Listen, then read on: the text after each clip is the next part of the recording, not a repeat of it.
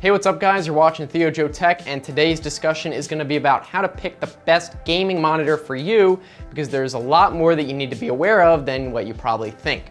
So let's go over all the different specs you need to take a look at and balance the pros and cons of each. Now, if you're looking for a gaming monitor, you probably know that there are high refresh rate monitors, and I do think that high refresh rate monitors are really great for gaming, especially if you're playing a Twitch shot game like Counter-Strike or something like that.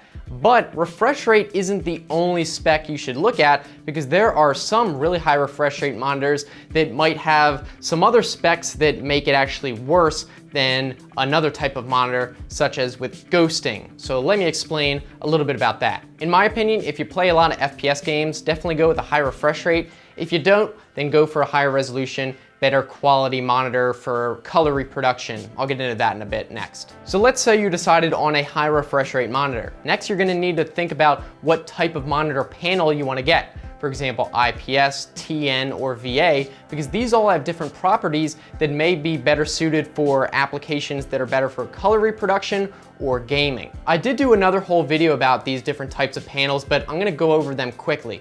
IPS monitors are much better for color reproduction and image quality. If you're doing a lot of Photoshop, video editing, a IPS monitor is a must. You really can't get that accurate colors with the other types of monitors. IPS is really the industry standard for color quality.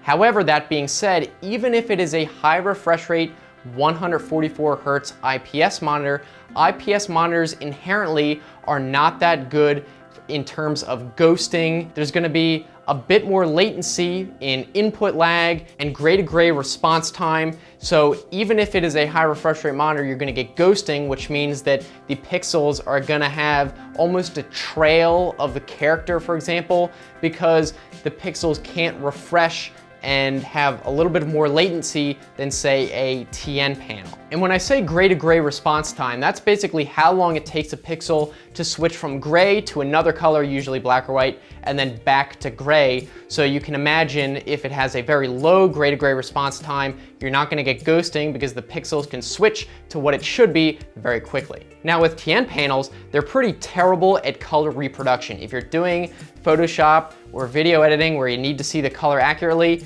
not a good monitor. However, if you're just worried about gaming, TN panels are probably the best choice, assuming you get a good one.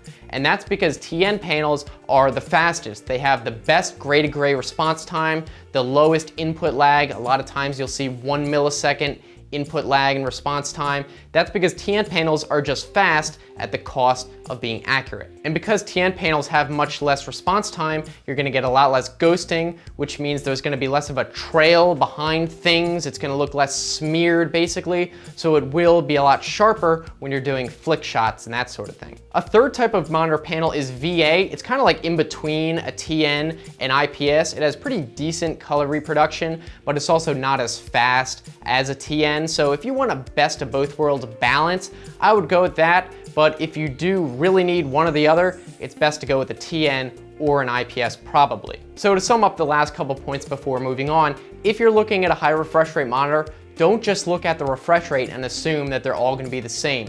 You also wanna look in the specs for something called either response time or input latency, which they are two different things actually. Response time is usually gray to gray. Input latency is how long it takes the mouse movement to appear on the screen, and you kind of want to look at both of those.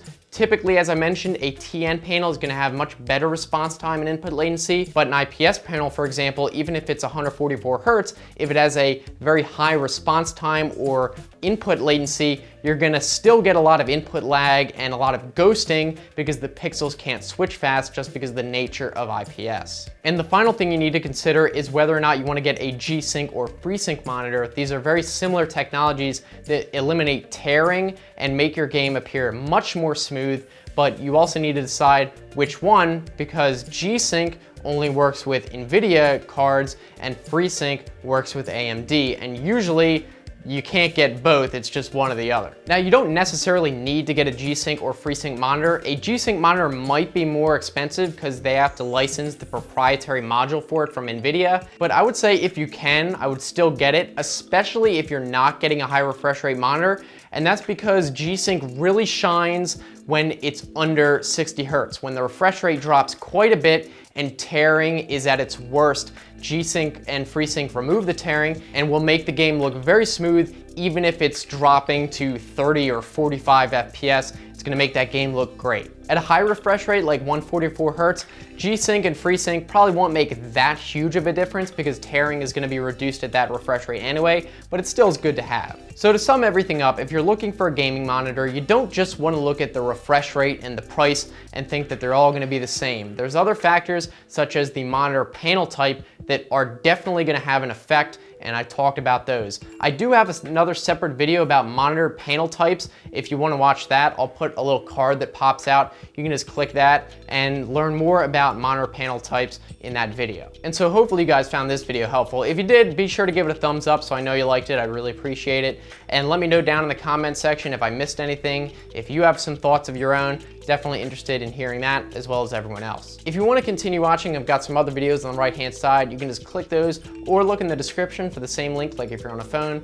And if you want to subscribe, I make new videos at least 3 times a week, Monday, Wednesday, Friday, so I think it should be worth it. Looking forward to hearing from you guys either here on YouTube or on Twitter, so thanks for watching. I'll see you next time. Have a good one.